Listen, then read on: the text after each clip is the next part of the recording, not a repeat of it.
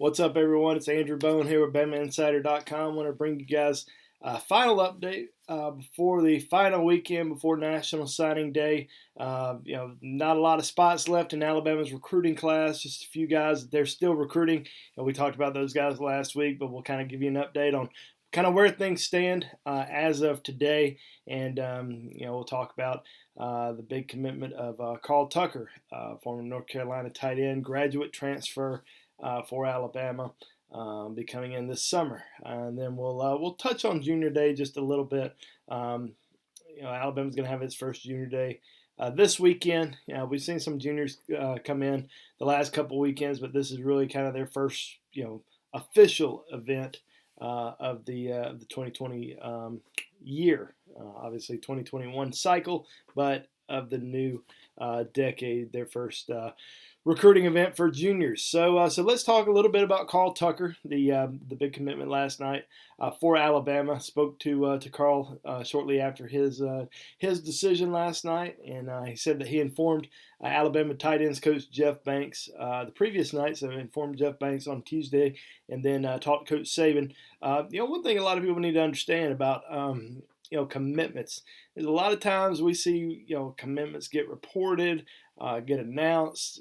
Whether it's a reporter doing it like me, or a prospect announcing on social media. Nothing's really official until you talk to Coach Saban. You can tell an assistant coach, "Hey, I'm committed." You may think you're committed, and obviously a lot of those situations. There's no doubt that Coach Saban and Alabama is going to accept a commitment, but until you officially talk to Coach Saban and make it official, that's kind of when we like to report things, and most everybody else does too. So, Carl Tucker informed Coach Saban yesterday about his decision. So when he did that, he alerted the media, alerted all of his followers on Twitter that his decision was final. So that was a good job on his part, waiting until informing Coach Saban of his commitment. But Carl Tucker came in Tuscaloosa this past weekend, and after talking to him about kind of the weekend and how things went, and knowing that Alabama was really pushing hard for him and they wanted him to be a part of their future, it kind of was a no-brainer because he's got an opportunity to come in and play immediately.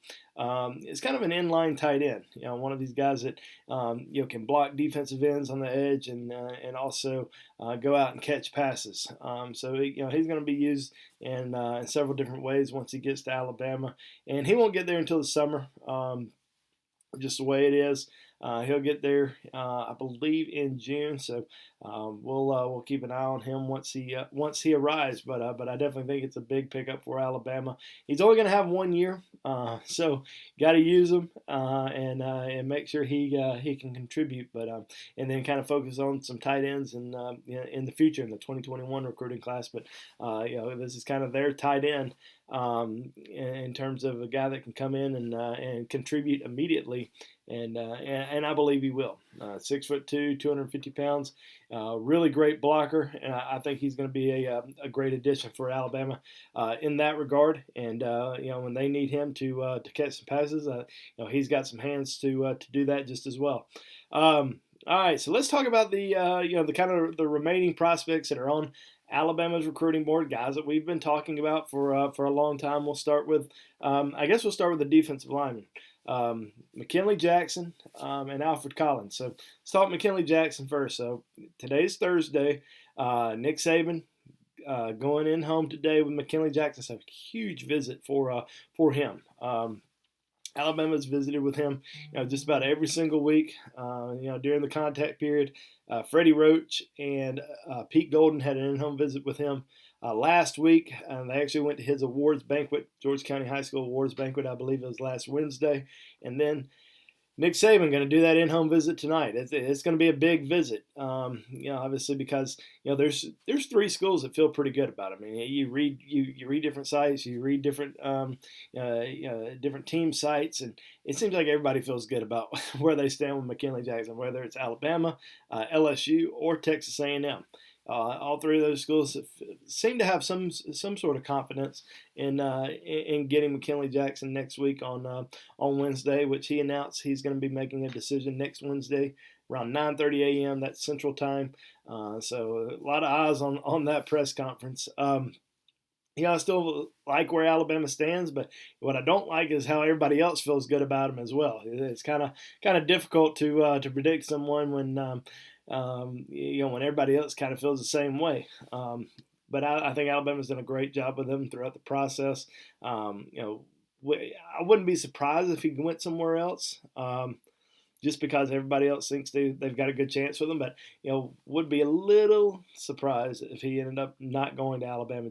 I just feel like Alabama's been there from the get-go. Obviously, LSU's been there from the get-go as well, but I think with the coaching staff and everything, I think Alabama's just done a tremendous job with him. The addition of Freddie Roach, who recruited him for such a long time for Ole Miss, I think that certainly helps as well. But, Alabama's been in it long before Freddie Roach joined the staff, and I think that's something that some of these people, whether it's reporters or fans, a lot of people just have automatically assumed that Alabama just became in the race with McKinley Jackson because of Freddie Roach. Well, that's just obviously not the case. He's been recruited by Alabama for the last couple years, and it's been to Tuscaloosa just so many times. I think he went 3 straight weeks to Alabama games during the football season. Just was a regular visitor in Tuscaloosa and for Crimson Tide football games. So definitely somebody that Alabama holds in high regard. They want him as part of this class, and I think they've got a really good chance to get him on board next week. So we'll continue to follow his recruitment. He's going to Texas A&M this weekend. He was at LSU this past weekend. So we'll have to wait and see what happens next week. Alfred Collins, big time defensive end out of the state of Texas. Coach Freddie Roach and Jeff Banks went in home with him. I say in home, we call them in home visits, but I actually visited his high school on Wednesday. Also attended his basketball practice. And he's had a busy week. He had Lincoln Riley, Oklahoma head coach, go to his basketball game on Tuesday. Had Coach Jeff Banks, Freddie Roach visiting with him on Wednesday, and then today, Thursday, Tom Herman, Texas Longhorns, expected to have a visit with him today. So been a busy week for him. Those are his top 3 schools: Alabama, Oklahoma, and Texas. Plans on making his decision next week. I believe around 3:50 p.m. On Wednesday. Of course, that's when the ceremony starts, so who knows how long that's going to last before he actually announces that decision. But, I'm kind of surprised Alabama's been in it as long as they have been, since they've only had one visit from him. He's only visited Tuscaloosa one time throughout the entire process. But Alabama really loves this kid. They've been extremely high on him. They've really pressed hard. In the end, I think it's going to be too much, to leave the home state, leave Texas. That's kind of my prediction right now. Maybe it changes in a couple days, but I think it's going to be tough for him to leave home, especially all the times that he's been to Austin. I mean, he's been there just countless times. I took an unofficial visit there a couple weekends ago, and I just think that Texas is probably sitting in the best shape with him. But we'll continue to kind of watch, see how things shake up. We've seen bigger surprises in the past. There's no doubt. I mean, Eric Gilbert announcing for LSU back in the fall. That was probably a bigger surprise than if Alfred Collins decides he's going to go to Alabama or Oklahoma. So we'll see what happens. But as of right now, still kind of predicting Texas for Alfred Collins. Now, Coach Saban will have another big in-home visit today, Thursday, with Cedric Van Pran, the Georgia commitment, Rivals 100 offensive lineman. Been committed to Georgia for a long time. Been committed since August. But a big part of that commitment was because of Sam Pittman, who's now the head coach at Arkansas. A lot of people assumed that he was going to decommit, reopen his recruitment, and probably end up elsewhere. But you definitely have to give credit to Georgia, because they've been able to hold on to that commitment, throughout this process, bringing in Matt Luke, be the new offensive line coach, to really kind of carry on that relationship. They had a relationship when he was at Ole Miss. I don't know how strong it was, but it's certainly gotten strong since he's been there.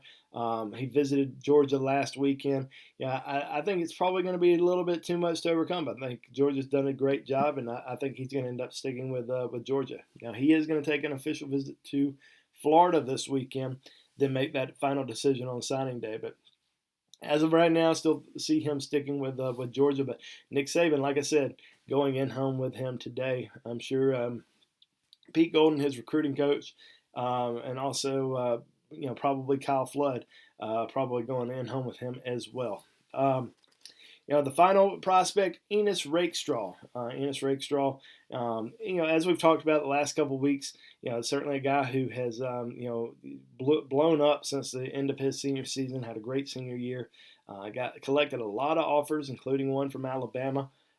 Visited Alabama this past weekend. Just fell in love with everything. He's going to take a visit to Texas this weekend. That's going to be his final official visit before making that decision next week on Wednesday. Right now, I think Alabama's in the driver's seat. A lot of that probably has to do with, I guess how the numbers kind of shake out in terms of you're looking at probably two spots that remain, and look at the guys that we've talked about: McKinley Jackson, Alfred Collins, Cedric Van Pran, Enos Rakestraw.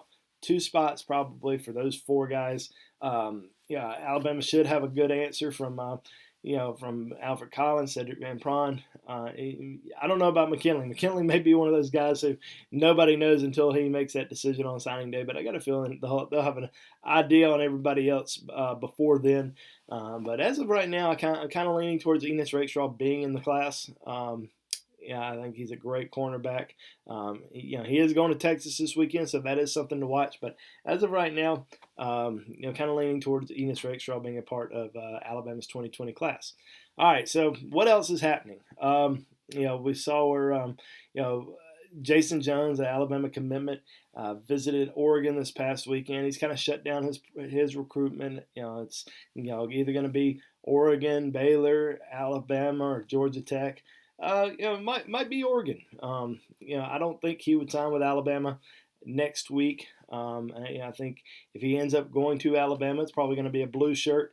But as of right now, probably see him ending up elsewhere. I don't think he's going to end up at Baylor, but could be Oregon. Mario Cristobal is recruiting him, pretty hard, and then Georgia Tech. Georgia Tech's been there for a pretty long time recruiting him, but he does love Alabama. I mean, there's no doubt about that. He's always been a big fan, and that's definitely something that I think he's always wanted to go there. But in the end, I think he ends up going somewhere else. Now, Javon Baker, expected to visit Georgia Tech this weekend. Visited Arkansas last weekend. Not really too concerned with him. I think he's pretty solid with Alabama. Jamil Burrows, another very solid commitment for Alabama. Both those guys teammates, obviously, and Jamil shut it down last week. Doesn't really plan on didn't plan on taking any other visits. He's just really kind of focused on Alabama. That's pretty much it in terms of the guys that Alabama's still recruiting. Alabama wants to get on board, and we'll kind of see how things shake up next week. I mean, like I said, got some big in-home visits today. Some visits this weekend. In terms of guys going elsewhere, no 2020 guys coming into Tuscaloosa this weekend. But there will be a lot of juniors coming in town. This is Alabama's first official junior day. We've seen some big names that have come into town the last couple weekends. This past weekend, we saw Amarius Mims, the five-star offensive tackle from Georgia, and Dylan Brooks, a Rivals 100 outside linebacker from Hanley High School here in Alabama. Going to see a lot of guys on campus this weekend. I would imagine anywhere between maybe 30 and 50 guys. It's probably going to be closer to 50. A lot of those guys have offers from Alabama.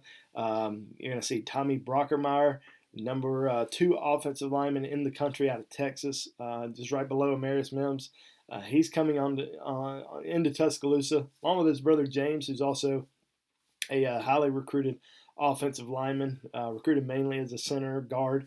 You got Quincy Mckinstry, also known as Kool-Aid, the number 1 player in the state of Alabama, making his way to Tuscaloosa. 2 big tight ends that are going to be on campus this weekend to really keep an eye Hudson Wolf, big time player out of Tennessee, actually out of Savannah, Tennessee, not Savannah, Georgia, and Gage Wilcox out of Florida. Actually was offered by Alabama during the summer, and the Crimson Tide have really pushed hard for him, and very high on Gage Wilcox. They really would. I think they would really love it if they could get Gage Wilcox and Hudson Wolf on board. May not happen this weekend, but yeah, I think they're two guys they would love to add at some point down the road. T.J. Ferguson, big time offensive tackle out of Peach County High School in Georgia, expected to be in town. For a visit. Damon Payne out of Michigan, who's a Rivals 100. I think he's a top 30 overall player in the country. Keep an eye on, really keep an eye on those two guys. I think those two guys are extremely high on Alabama. Another guy is Tim Keenan out of Birmingham, defensive tackle.